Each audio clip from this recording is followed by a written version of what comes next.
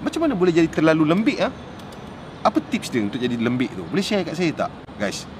Korang bayangkan yang jadi lembik ni, korang bayangkan korang dalam waktu sekolah dulu simpanan. Itu nombor satu. Kedua, sukan yang korang main adalah lari dalam guni, letak sudu bihun, lepas tu ada bola pimpong.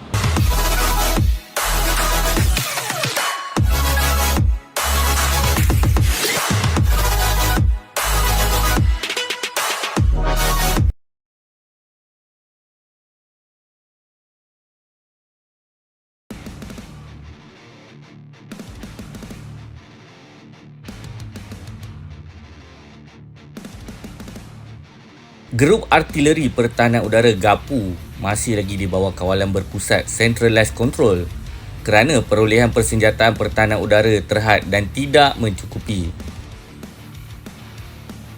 Penugasan aset-aset pertahanan udara kepada formasi masih ditentukan mengikut kepentingan operasi dan suasana taktikal semasa oleh Markas Tentera Darat. Pembangunan keupayaan pertahanan udara kepada aset yang boleh dimobilisasi sendiri amat penting untuk menangkis serangan udara, terutamanya helikopter penyerang, serta mengambil tindakan perlindungan.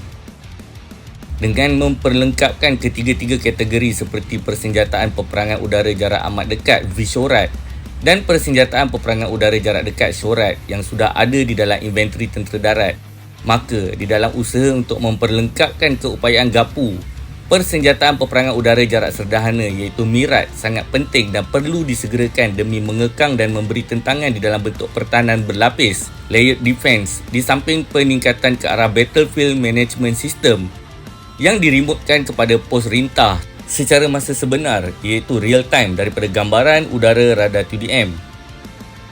Pihak ATM khususnya tidak berhenti setakat ini sahaja dan harus terus melihat secara mendalam akan keperluan sistem misal balistik darat ke udara SAM dan misal balistik darat ke darat SSM jarak jauh untuk dioperasikan bagi tujuan pertahanan cegah rintang deterrent. Keperluan untuk sistem misal yang mempunyai jarak balistik jangkauan 300 ke 500 km dirasakan sangat sesuai untuk menangani senario pertahanan serantau buat masa ini. Sebenarnya bukanlah bertujuan untuk provokasi, jauh sekali untuk bermegah, tetapi aset strategik seperti ini akan dapat meningkatkan imej dan juga moral ATM selain daripada membantu peningkatan R&D di dalam bidang pertahanan negara untuk lapisan pertahanan ketiga dan juga seterusnya. Grup Artileri Pertahanan Udara GAPU Tentera Darat adalah pasukan kecil tetapi berperanan sangat besar bagi memberi payung perlindungan kepada ketumbukan tentera di darat, lokasi penting dan juga sasaran strategik negara. GAPU yang berkekuatan 4 buah regimen menggabungkan persenjataan seperti meriam penangkis pesawat dan 5 jenis sistem peluru berpandu aras rendah.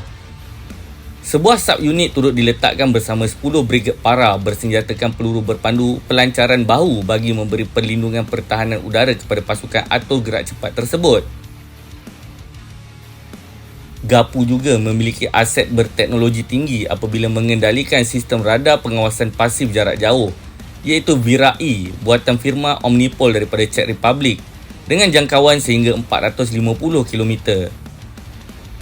Sistem VIRA-E yang dibeli pada tahun 2007 bertindak sebagai amaran awal yang mampu menghidu sebarang pergerakan di ruang udara negara. Radar sama turut dioperasikan oleh tentera Vietnam.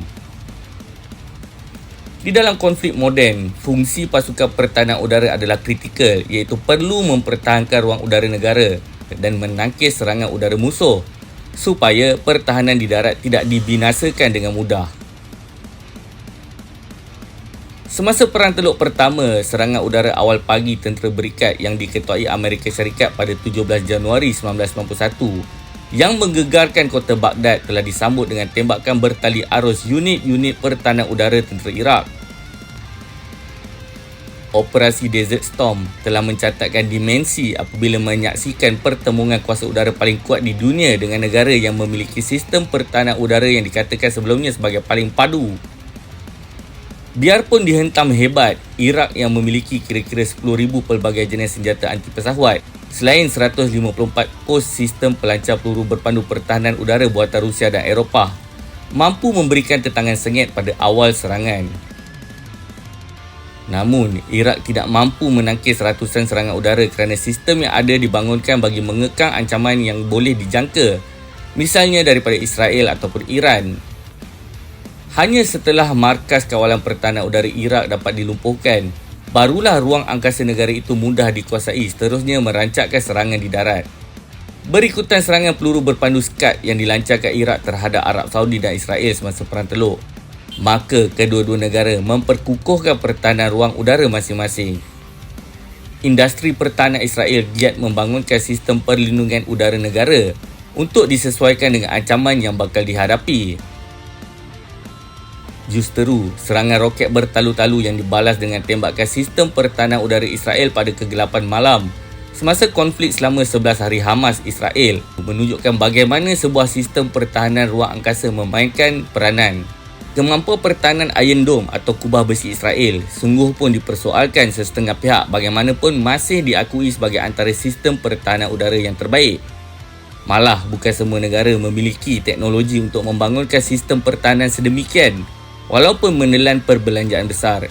Ini kerana Iron Dome yang dibangunkan oleh firma Rafael Advanced Defense System mula digunakan pada tahun 2011 untuk menangkis tembakan roket itu adalah sebahagian daripada sistem pertahanan udara berlapis Israel.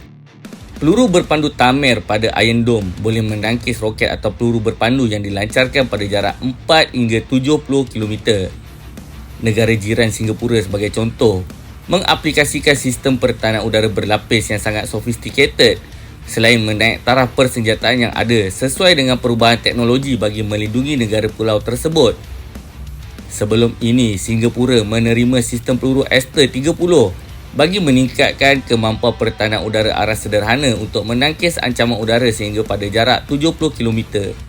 Biarpun teori peperangan moden hari ini tidak lagi meletakkan bahawa pihak yang dapat menguasai ruang udara sebagai berjaya dan seterusnya memenangi peperangan di daratan, namun kepentingan untuk memiliki pertahanan udara yang baik masih sangat-sangat diperlukan.